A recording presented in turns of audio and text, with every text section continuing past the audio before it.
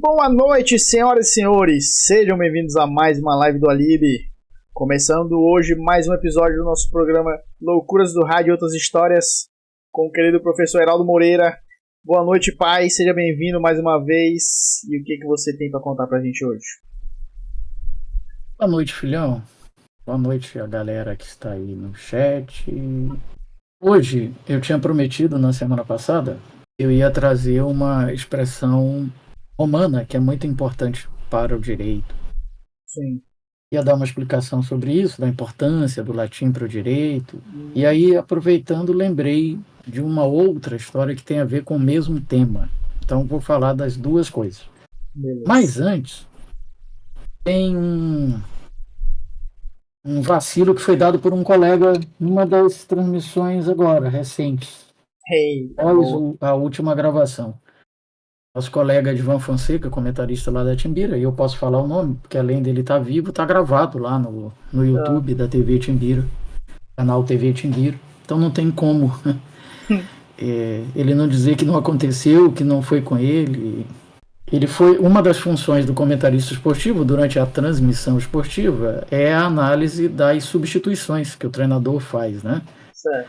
Para saber se elas estão corretas ou não, se foram na hora certa ou não, se vão mudar o panorama do jogo ou não, enfim. E aí o Edvan, no momento de comentar uma substituição que foi feita, ele mandou a seguinte pérola. E me lembrou muito daquele quadro que tu tem aí, o teu perfil das coisas com dislexia, né? Sim. Porque aí ele mandou o seguinte: o técnico vai tirar uma manga da cartola.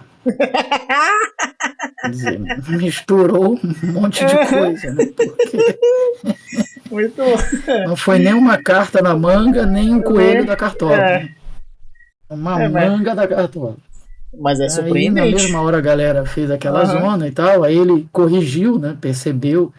Mas assim, a gente tem que dar porque isso tudo é feito ao vivo. Eu acho até que eu já falei isso aqui, né? Sim. O cara que trabalha em rádio, especialmente quem tem que comentar, analisar o que está acontecendo e tal, é tudo instantâneo. Sim. Não tem muito tempo para pensar. Tem que agir, tem que falar, tem que emitir opiniões. Sim.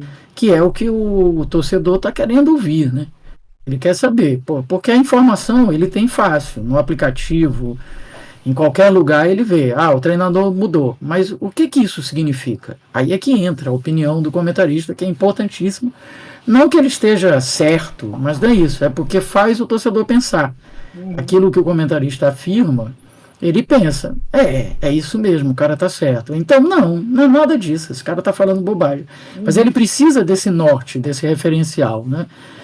Não basta só o repórter dizer vai sair fulano, vai entrar fulano, porque isso não acrescenta muita coisa para ele. É claro que é uma informação, é claro que é importante, mas o mais importante, está comprovado hoje isso, o que o ouvinte quer hoje é a análise do fato, porque o fato ele não precisa obter necessariamente com você, ele pode obter de 1000 formas, mas a análise não, a análise ele precisa de um especialista. Quer ele concorde ou não com o cara, mas até para ele discordar, ele precisa saber a opinião do cara, né? Sim. Então é muito difícil fazer as coisas ao vivo e tal. Acho que já comentei isso aqui também. Isso ficou muito evidente naquele episódio lá do 11 de setembro, né? A galera teve que fazer ao vivo lá na TV o que estava acontecendo, mostrar as torres gêmeas, mostrar os ataques terroristas e tal, tudo ao vivo, sem produção, sem pensar muito, sem produzir antes, preparar antes, porque essa é uma das grandes diferenças entre o rádio e a televisão, né? O rádio é bem imediato ali, e você tem que fazer no improviso, na hora, sem pensar, sem produzir, sem roteiro, sem nada. Precisa ser muito bom para fazer isso. Já na TV normalmente tem alguém por trás, um produtor que prepara o material para você, você não vai ao vivo de improviso, você pode até estar ao vivo, mas não está de improviso. Foi tudo ensaiado, foi tudo planejado, produzido em regra, né? Então é muito mais difícil fazer rádio do que a televisão por esse aspecto. Bom, mas vamos ao que interessa. O latim a linguagem adotada pelos romanos, né, lá no início da civilização romana, é muito importante para o direito, porque toda ciência tem a sua linguagem técnica, né? Eu falo sempre isso para os meus alunos. Se você chegar para um médico, por exemplo, e disser, doutor, eu vim aqui porque eu estou com uma dor de cabeça. A primeira coisa que ele vai fazer automaticamente é te corrigir, às vezes até nem com essa intenção de te corrigir, mas é porque é a linguagem técnica dele, né? Então ele vai dizer logo, vamos investigar a origem dessa sua cefaleia. Ele não vai usar dor de cabeça. Dor de cabeça é para o leigo, é para o cara que não conhece aquele ramo da ciência, né? Não estudou, não se aprofundou e tal. Então a mesma coisa no direito. E o direito romano, eu acho que já falei isso aqui também, ele dá origem ao direito italiano, o italiano dá origem ao português, e o português dá origem ao direito brasileiro, porque a gente foi um puxadinho, né, de Portugal, uma colônia de Portugal. Mas a origem do nosso direito, como de boa parte do direito ocidental, está lá em Roma, né, na civilização romana, que foi uma civilização fantástica, né? Eu acho que foi assim, entre várias qualidades que eles tinham, claro, tinham muitos defeitos, porque são humanos, né? Mas uma das muitas qualidades que eles tinham era a arte da guerra, né? Não a arte da guerra sob o prisma político, talvez, mas o prisma real, né? De ir para a batalha, ir para as lutas, e estar muito preparado para isso. Não à toa que eles dominaram quase que metade do mundo, né? E tinha um exército extremamente poderoso. Então tem essa influência do latim no direito, faz parte da nossa linguagem técnica. Há um movimento hoje contrário a isso, que a gente não deve mais usar o latim é uma língua morta, o latim é desconhecido na maioria da população. Há um dos movimentos que são muito interessantes, eu acho que são válidos até, é o movimento da linguagem simples no direito, né? Para a gente não usar não só para tornar acessível o latim, né? Mas usar também termos mais simples, né? Então, ao invés de falar, por exemplo, que a galera lá do direito penal gosta muito, né, o ergastulamento, que seria a prisão, né? Falar prisão, porque se falar que eu já ia perguntar que diabo é isso, ergastulamento? Pois é, ninguém vai entender. Isso aí. Né? Então, são coisas assim, termos que são tradicionais, antigos, usados no direito, mas que dificultam as pessoas de entenderem o que está sendo dito, o que está sendo decidido, e aí torna o direito menos acessível, né, para as pessoas. Mas, enfim, então, uma dessas frases que é importante para o direito, porque também tem isso. Por que algumas frases são usadas até hoje? Porque elas marcaram, né? Foram importantes em algum momento histórico e tal. E aí é o caso. Tem essa frase aqui, que talvez a galera aí já tenha ouvido falar, que é o dura lex, sed lex. Tem até um comercial antigo, muito antigo, que era do produto de passar no cabelo, tipo brilhantina, que era chamado de Gumex. E aí eles chegaram a fazer até uma... Hã? Brilhantina também é um produto antigo. Pois é. Eles chegaram a fazer até um comercial que dizia assim, Duralex, Sedlex, no cabelo só Gumex. Usando essa frase, né? Essa frase é velha, eu não conhecia essa aí não. Hã? Eu não conhecia essa propaganda, não. É antiga essa propaganda. Não, é muito antiga, muito antiga. É muito antes de você nascer, inclusive. Mas dura lex, sed lex. A lei, lex, é dura, mas é a lei. Sim. Dura lex, sed lex. Traduzindo é isso. Né? A lei é dura, mas é a lei. Tem que ser cumprida. Seja ela dura ou não, tem que ser cumprida. É o que está por trás dessa frase. Mas por que se usa essa frase até hoje? Por que se diz isso? A lei é dura, mas é a lei. Tem que ser cumprida, tem que ser respeitada. Porque houve um fato histórico que tornou ela importante, que tornou ela histórica, tornou ela conhecida até hoje. Qual foi? o exército romano, extremamente poderoso, aquilo que a gente estava falando agora há pouco, né? Eles planejavam, vamos invadir a cidade X. Vamos. Quantos soldados nós mandamos? 5.000 soldados. Mas lá nessa cidade X tem 10.000 guerreiros. Não, mas 5.000 soldados romanos é o suficiente para derrotar os 10.000 e tomar conta da cidade. Era assim, era desse nível, né? Claro que eu estou falando números aqui hipotéticos, né? Não tenho números exatos disso. Mas se procurar aí nos historiadores vai encontrar. Mas enfim, então imagina só, sai uma galera, 5.000 soldados romanos, e vão encontrar 10.000 guerreiros adversários. Tem a batalha, dura vários dias e tal, acaba. Baixas, os soldados romanos vencem a batalha, tomam conta da cidade, isso era comum, era rotineiro. 5.000 contra 10.000, baixa dos soldados romanos, 1.000, 1.500, por aí. E dominava totalmente a cidade. Depois, eles iam comemorar a vitória. E como é que era a comemoração? Eles iam dividir o espólio de guerra. O que era o espólio de guerra? As joias, o vinho, as propriedades, as mulheres, tudo que eles encontravam lá na cidade adversária. E nesse momento comemoravam bebendo, eles bebiam muito, né? E tome vinho, e tome festa e tal. E nessa hora, eles já bêbados e comemorando e dividindo o espólio de guerra, aí surgiam algumas disputas entre eles. Tipo, um soldado olhava um determinado objeto e dizia, esse objeto aí vai ficar comigo. Aí o outro, não, é meu, eu que vi primeiro, eu que venci o cara que estava tomando conta desse objeto, então é meu e tal. Eles começavam a discutir entre eles e resolviam isso num duelo. E aí, olha que absurdo que acontecia. Vamos lá, 5.000 contra 10.000. Baixas dos romanos, 1.000. Durante as comemorações, duelos. Um matava o outro, claro, era um duelo, só acabava quando alguém morria. Baixas durante os duelos, 1.500. Quer dizer, não fazia sentido, né? Durante a comemoração, eles perdiam mais soldados do que durante as batalhas. E durante batalhas onde eles estavam com um número inferior. Sim. Então era algo muito idiota, né? Muito sem sentido.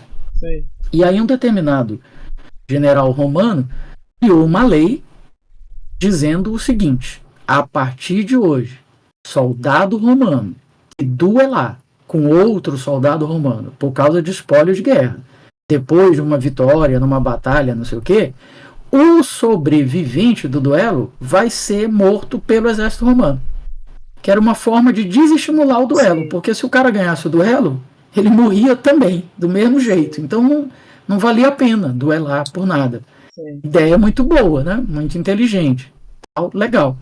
A lei foi editada, né? Foi publicada, se tornou vigente, passou a valer, e aí chega um ajudante de ordens desse general e diz: general, nós temos um problema. E aí aquela história, né? Quando um auxiliar fala para você que tem um problema, é porque o problema é gigantesco, né? Então o general disse: qual é o problema? General, é o seguinte, acabamos de vencer a batalha tal, os soldados estavam lá comemorando e tal, e houve um duelo entre eles. E, claro, um deles sobreviveu ao duelo. Aí o general disse: não tem problema nenhum, é só aplicar a lei. Assassina o soldado que venceu o duelo. Aí o ajudante disse: esse é o problema, general. Mas qual o problema? Não estou entendendo. O soldado que venceu esse duelo é seu filho. E aí ele parou, pensou e disse essa frase. Por isso é que ela é dita até hoje. Dura lex, sed lex. A lei é dura, mas é a lei. E mandou matar o próprio filho. Né? Então olha como isso tem uma carga assim, né, de importância, de contexto histórico, ético, pessoal, né? Enfim, negócio extremamente importante. Por isso é que é usado até hoje. Né? Bom, Essa frase, ela está comprovada nos livros e tal, né? Virou famosa por isso, por causa dessa história e tal. Mas tem algumas coisas que a gente não tem assim muita certeza histórica, né? Até porque se perdeu muito material, muita referência dessa época. Mas É a coisa palavra que é só vara contada e espalhada pelas pessoas, né? Mas que não tem registro. também.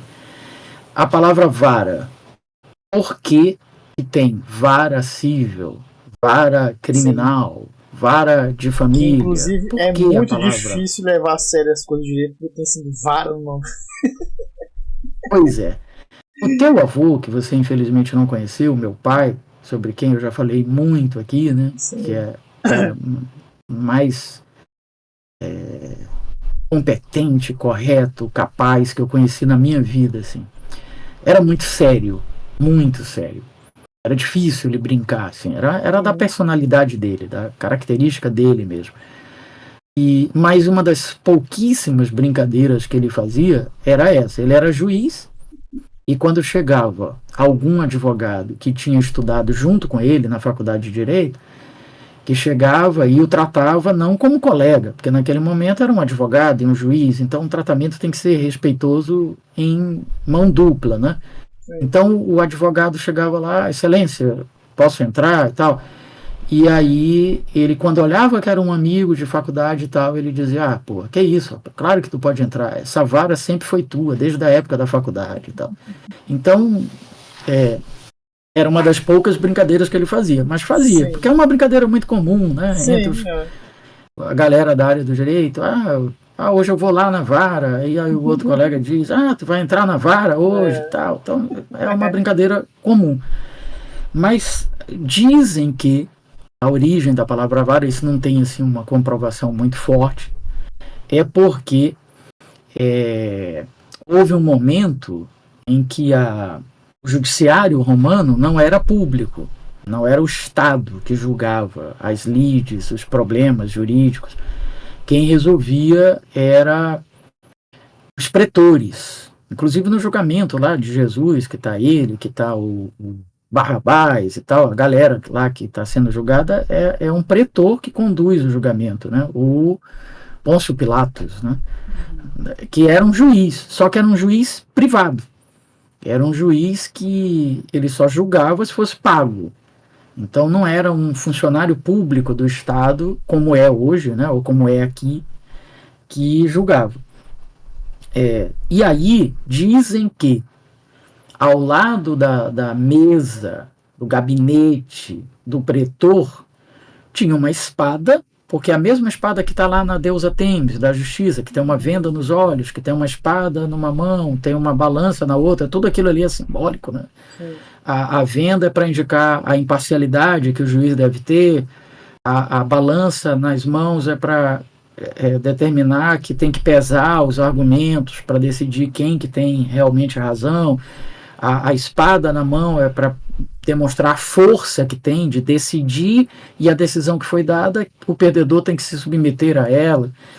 Então dizem que ao lado do gabinete, da mesa de trabalho do pretor, tinha uma espada que era justamente chamada de vara, e essa espada representava a força que ele tinha, o poder que ele tinha que julgar. Então os casos iam se acumulando ali em cima da mesa dele, e quando a pessoa pagava, aí ele julgava. E para indicar que ele ia julgar, ele pegava o caso ali e espetava naquela vara que tinha ao lado da Ah, mesa tá. dele, naquela espada chamada de Sim. vara que tinha ao lado da mesa dele. Tipo Então o que dizia-se se que o fazia. caso entrou na vara, o caso vai É, ser julgado. O caso foi colocado para julgamento. é igual que a gente Então dizem. costumava ver em bar e restaurante, né? O pedido, pegava a notinha do pedido e enfiava no espetinho, né? É a mesma lógica, né? Sim, é verdade. Eu nunca tinha pensado nisso, É, feito essa ligação, mas realmente, né, era comum. Né? Talvez daí, né, dessa deve ter origem pegado isso histórica aí, e pois tal. é. E aí isso me fez lembrar, eu não sei, eu vou até pesquisar aqui naquele arquivo que eu tenho, se eu já falei aqui em algum momento sobre as chamadas ordálias, Não apareceu aqui. Não, com esse nome Eu não. acho Não que lembro desse não nome. falei. Hã? Não lembro desse nome. Não falou isso aí. Pois é. Se eu não estou enganado, é o seguinte. Então eu vou aproveitar e vou falar porque tem a ver com esses assuntos todos. Duralex, Edilex, Vara e tal. O direito romano, ao que parece, ele está dividido em 3 momentos. No primeiro momento foi chamado de direito romano bárbaro, porque era quando estava surgindo o direito romano, né? Com experiência, com testes, com muitos erros, poucos acertos. A construção inicial ali do direito romano. O segundo momento foi chamado de fase do formulário, ou fase per formulas, que significa do formulário, que é quando as coisas começam a ser escritas, inclusive a petição inicial que a gente usa até hoje, ela surge nesse momento, que foi esse tal formulário que foi criado, porque a palavra autor vem de actor, de ator, porque na primeira fase do direito romano, para você dar entrada numa ação, para você pedir que o teu caso fosse julgado, como tu não fazia isso por escrito, tu tinha que atuar, tu tinha que ir para a porta do fórum, né, do prédio da justiça, e atuar, contar a história que estava acontecendo, tipo como se fosse um jogo de mímica, né? Só que falando e tal, Sim. contextualizando o que estava acontecendo. Então tinha que ser ator para dar início à ação, ao processo e tal. No segundo momento do direito romano, que é quando surge o formulário, né, fase do pé formulas, aí surge um formulário para ser preenchido, que é o mesmo formulário que se usa até hoje para a petição inicial, para dar entrada numa ação. Com, claro, atualizações, adaptações, mas é o mesmo padrão. E a terceira fase é a fase do direito romano moderno, que aí é quando houve uma grande evolução, um grande crescimento e tal, chegou assim no auge do direito romano. Mas nessa primeira fase, que foi na fase bárbara, tinha as ordálias. O que eram as ordálias? Num primeiro momento, eles entendiam que um humano não era capaz de julgar outro humano, porque ambos eram falíveis. Quem tinha que julgar alguém eram os deuses. Porque os deuses, sim, estavam acima dos homens e tinham essa capacidade e tal. Sim. Então eles inventaram esses tais julgamentos divinos que eram chamados de ordálias. E como eram esses julgamentos divinos? Eram as coisas mais absurdas do mundo, porque a gente está falando da fase bárbara, né? Julgamento por deuses. Sim. Então, como era? Alguém era acusado de um crime lá, que eu não me lembro qual crime. O julgamento era: leva o cara para o alto de uma montanha, na beira de um penhasco, de um despenhadeiro, né? E joga ele lá de cima.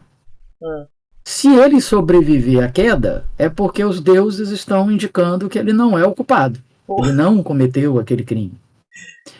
Outro crime, eu não me lembro o crime, mas o julgamento, a ordália, era o empalamento. O que era o empalamento? Pegava uma espada, enfiava no ânus do cara, até a garganta. Se ele sobrevivesse, é porque os deuses estavam indicando que ele não tinha praticado crime. Ou seja, ninguém era ninguém era, como é que chama? Inocentado de nenhum crime, porque ninguém sobrevivia. Exatamente. E foi aí que eles chegaram à conclusão de que esse negócio não funcionava, que precisava ter um juiz, que foi inicialmente o pretor, né, privado e tal, mas que precisava alguém para apurar os fatos, as provas, os argumentos e chegar a uma decisão, que esse negócio de julgamento divino, ou os deuses eram maus pra cacete, porque ninguém sobrevivia, ou então esse troço não funcionava, né? Inclusive porque depois que algumas dessas pessoas morriam, eles descobriam o verdadeiro culpado. O verdadeiro culpado se acusava, ou alguém testemunhava, descobria e tal, e aí eles viam que a pessoa tinha morrido inocentemente, né? Sim. Eu lembro, inclusive, essa história do latim, da importância do latim para as palavras, não só para o direito, para o português, né? Sim. Esse eu lembro, o crime e o julgamento. O crime era o parricídio, o cara que era acusado de assassinar o pai. E o julgamento, a ordália, era o julgamento de Cullius. Cullius, em latim, Cullius. Cullius, que significa saco. Por isso que o saco escrotal é o culhão. Por causa da palavra culhus, lá do latim. E como é que era a ordalha de Cúlios? Era pegava o acusado de ter cometido parricídio, jogar dentro de um saco, por isso é que era Cúlios, por causa do saco, jogava dentro de um saco, nesse saco colocava um rato, um gato e um cachorro. Amarrava a boca do saco com essas 4 figuras lá dentro, né, o acusado e os 3 animais, e não suficiente, jogava dentro de um rio. Se o cara conseguisse sobreviver aos animais, saísse do saco e não morresse afogado, é porque ele não tinha matado o pai. Então, olha que coisas, né, sem sentido. Né?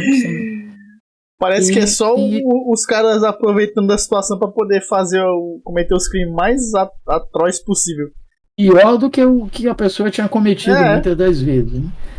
Pois é, mas era assim que funcionava, segundo os relatos históricos e tal. Talvez tenha muito folclore aí também, mas serve para distrair a galera também, inclusive nas aulas, para elas não ficarem muito chatas, muito monótonas e tal, muito técnicas, né, muito teóricas. Sim. Aí, por falar em aula, para a semana que vem, eu lembrei de um ex-aluno que eu tive lá em Aracaju, o Dudu.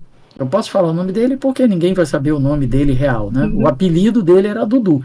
Eu não me lembro se o nome dele era Carlos Eduardo ou só Eduardo, enfim, mas ele era conhecido como Dudu.